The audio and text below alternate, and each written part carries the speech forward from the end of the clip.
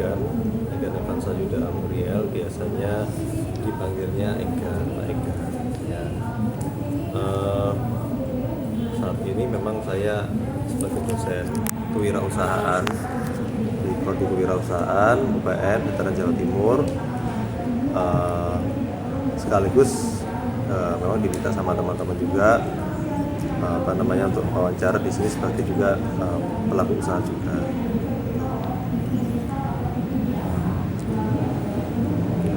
Mungkin pertanyaan kedua, ini jabatan Bapak di PT Creatiful Digital Indonesia.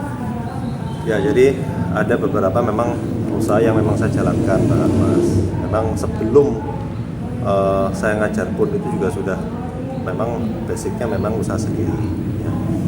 Memang untuk yang di PT Creatiful Digital Indonesia di sini memang saya sebagai komisaris. Jadi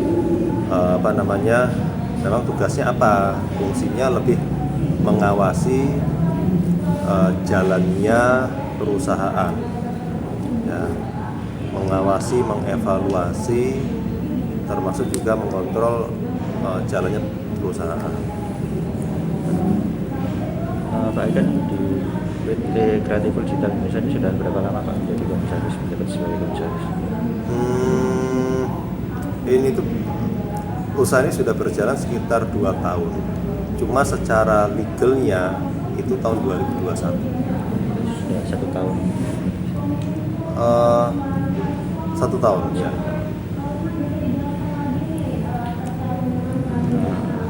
Ada pertanyaan yang ketiga itu, apakah ada spesifikasi khusus Pak sebagai untuk menjadi seorang komisaris, seperti harus punya skill seperti apa, atau ada dasar pendidikan minimal berapa?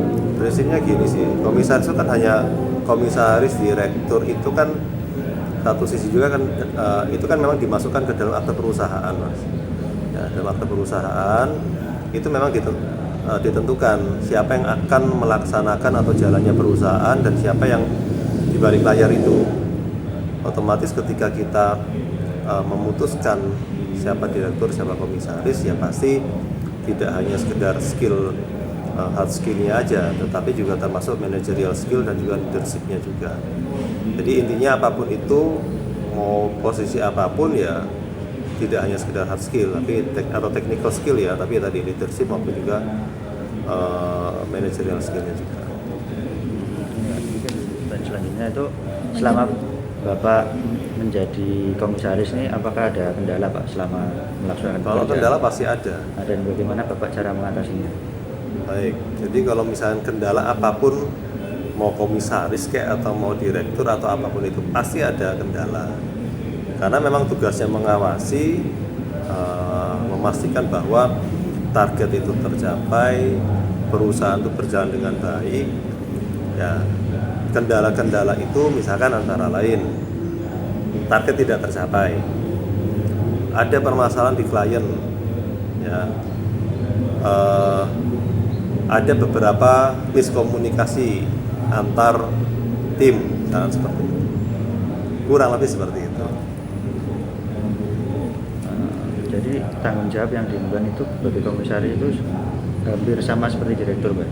Apa? Sebenarnya sih enggak sih.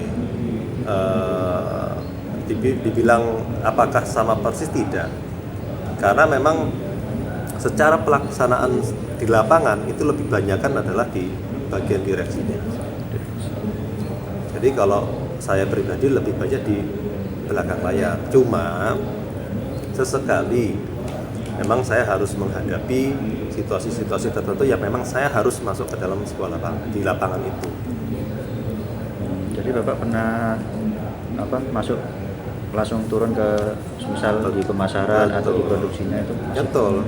Jadi misalkan sesekali bantu untuk ketemu dengan klien, ya, klien-klien tertentu yang memang mungkin tidak bisa di handle sama tim, misalkan. Terus kemudian bagaimana mencoba untuk membantu mengkoneksikan relasi-relasi saya ke tim. Jadi nggak pure hanya sekedar mengawasi gitu, tetapi tetap secara secara ya kemauan dari diri sendiri, ya kalau bisa kita bantu secara optimal ya kita bantu. bagaimana cara Bapak itu berhubungan dengan kayak direksi, dengan klien-klien sama dengan staf itu bagaimana Pak? Kan Bapak sebagai komisaris. Ya dibuat santai aja sebenarnya. Ya. Yang penting tahu lah kalau ketika kita berbicara kerjaan ya berarti harus profesional. Kalau kita udah urusan sama teman biasa ya wis santai aja gitu, ngopi bareng. Tapi kalau udah urusan sama kerjaan ya agak strict juga gitu. Jadi cara Bapak untuk memanage itu ya lebih ke yang penting tahu gimana job desk-nya sama Ya, jadi memang harus kita pastikan job desk masing-masing anak-anak ini apa kerjaannya sudah kelar atau belum, beres apa enggak, gimana progresnya gitu. Ya sekali kita ketemuan makan. mungkin ini lebih ke cara rekrutmen untuk karyawannya Pak, itu ada syarat khusus yang Bapak tahu? Syaratnya tergantung dari job desk sebenarnya. Kalau kita butuh graphic designer ya udah kita sampaikan graphic designer. Kalau bagian editor atau editing ya nanti kita menampilkan di bagian editing. Nah, dan juga kayak kan biasanya ada waktu karyawan masuk itu kan biasanya skillnya masih skill kuliahan Pak. Ya. Itu gimana Pak? Apakah nanti di sana ada kepelatihan atau apa tentang misal? Pasti dibimbing dulu. Jadi istilahnya ibaratnya kita nggak langsung kita lepas gitu kan, tapi kita bimbing dulu dari teman-teman yang memang sudah punya skill lah gitu kan, baru dari bimbing nanti mereka kita lihat ya, kita lihat bagaimana skillnya mereka, pekerjaan mereka bagaimana. Jadi tetap kita bimbing.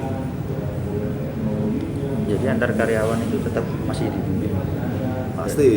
Pasti itu.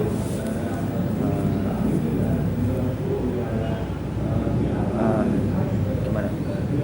Kayak sama karyawan itu kan biasanya karyawan itu kan ada karyawan yang mungkin agak sulit dibilangi, itu Bapak biasanya handle-nya gimana? Agak mungkin belajarnya lama, lebih sulit nangkap. Ya harus sabar. Karena gini, orang itu kan macam-macam ya secara karakteristik ya. Ada karakteristik orang oke, sekali dikasih tahu dia langsung ngerjain. Ada orang butuh dibimbing terus. Ya intinya dua hal itu ada. Tapi tinggal bagaimana kita ngatur alurnya aja. Kalau memang ketika kita sudah ada titik di mana anak ini memang nggak bisa dikasih tahu segala macam, ya memang harus istilahnya ya memang nggak ya dikasih peringatan lah, seperti itu, dikasih peringatan. Jadi kita berusaha untuk mencari makanya yang sesuai dengan kualifikasi kita. Satu nggak kena ya sudah, gitu. Memang kita cari yang lain. Tapi memang tetap harus dibimbing dulu ya, jangan langsung ini enggak gitu. Tetap ada perhatian khusus. Mungkin juga satu ada lagi Pak, itu kan biasanya dalam pelaksanaan suatu pekerjaan kan mesti ada problem Pak ya. Nah itu bagaimana Bapak mengarahkan karyawan ini biar bisa menyelesaikan problemnya? Oke. Kan misal dibikin produksi kayak ini bagian produksi kok lama deadline-nya, habis itu kayak misal pemasaran kok targetnya nggak terpenuhi. Itu bagaimana penyampaiannya ke karyawan? Intinya gini, sebenarnya itu tugasnya direksi sebenarnya secara teknisnya lah. Saya cuma hanya menyampaikan, ini loh progresnya kurang segini, deadline-nya sebentar lagi, gimana perkembangannya gimana. Memang sejauh ini saya masih lebih banyak handle gitu, karena apa? Itu satu sisi untuk melatih tim saya juga, itu untuk memiliki kemampuan juga untuk berpikir, maksudnya nggak dikit-dikit tergantung dengan saya gitu kan, tapi alhamdulillah ya semua bisa berjalan dengan lancar. Jadi biar memang mereka juga ada punya inisiatif sendiri, berpikir sendiri, mencoba untuk brainstorming ya, untuk memecahkan masalahnya sendiri. Mungkin ini pertanyaan yang agak ya opsional Pak. Mungkin untuk range gaji. Oke. Atau Bapak ada sebagai komisaris? Oke, karena ini masih startup, masih pemula, sistemnya bukan gaji, tetapi sistemnya adalah profit sharing. Gitu. Jadi kita memang sudah kita komitmen untuk ngebangun usaha itu tidak hanya serta-merta berpikiran saya dapat gajinya berapa, tapi kita berpikir dulu bahwa usaha ini harus berkembang dulu. Usahanya harus berkembang dulu. Bahkan memang beberapa dari kami pun juga ya kita support dananya juga gitu. Ya. Jadi seperti itu Mas. Jadi kalau ada, tapi alhamdulillah secara ini insya Allah profit gitu kan, profit. Karena kan kita sistemnya juga kontrak gitu kan, sama klien kontrak. Terus tapi ya itu kita nggak mikir di gaji fix costnya itu gitu kan. Ya. Jadi kayak masih di sistemnya sharing profit, dan ini untuk menurut Bapak jenjang karir ke depannya itu gimana? Jenjang karir? Iya. Ya potensial sekali. Karena sekarang ini kebutuhan branding, kebutuhan digital, digitalisasi, kebutuhan konten-konten sangat banyak ya. Jadi pasarnya pun juga besar, pasarnya pun juga luas ya, insya Allah sangat potensial sekali.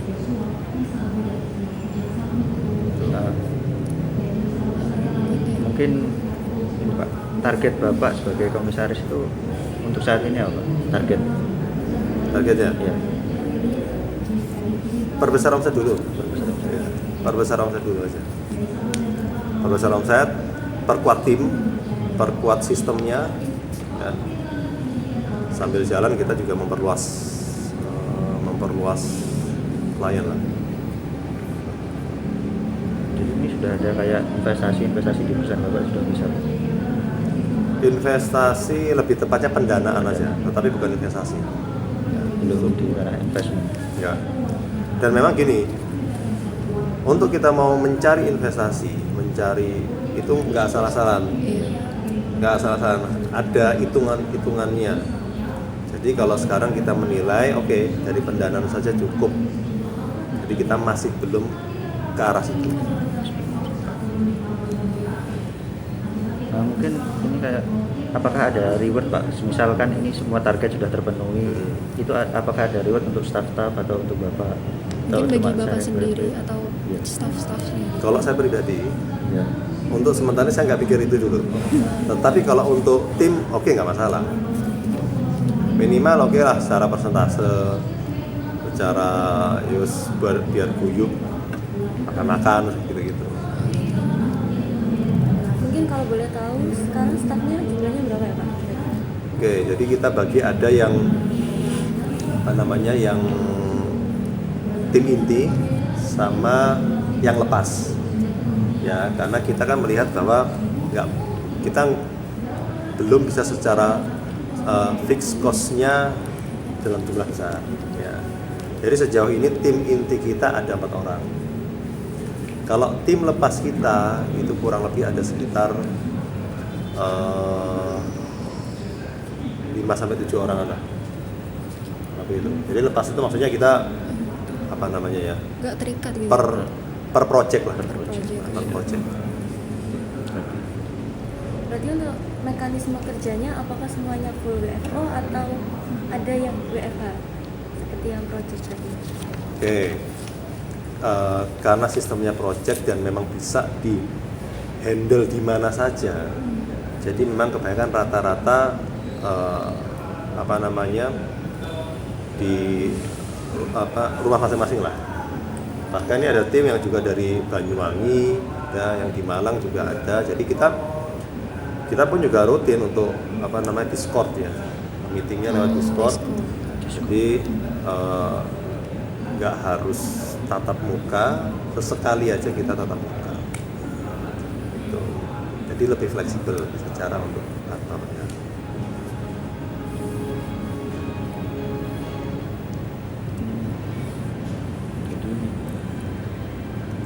Untuk ini masih worknya from anywhere Pak, bisa dari mana ya, saja? bisa dari mana saja. Ada nggak sih Pak, kayak kan biasanya kalau work from anywhere ini kan ada yang beberapa kayak sulit dihubungi, itu sudah ada? Kalau ada- sudah dihubungi sih kayaknya sih enggak sih. belum ada. Insya Allah semua sudah komit lah. Berarti untuk apa namanya Pak, untuk job description dari Bapak sendiri itu kurang lebih tadi mengawasi dan juga mengevaluasi dari Iya. seluruh Ya tim-tim. plusnya adalah, maksudnya tambahannya adalah kalau saya lebih banyak diterjunnya di lebih ke bisnis analisnya aja sih sebenarnya.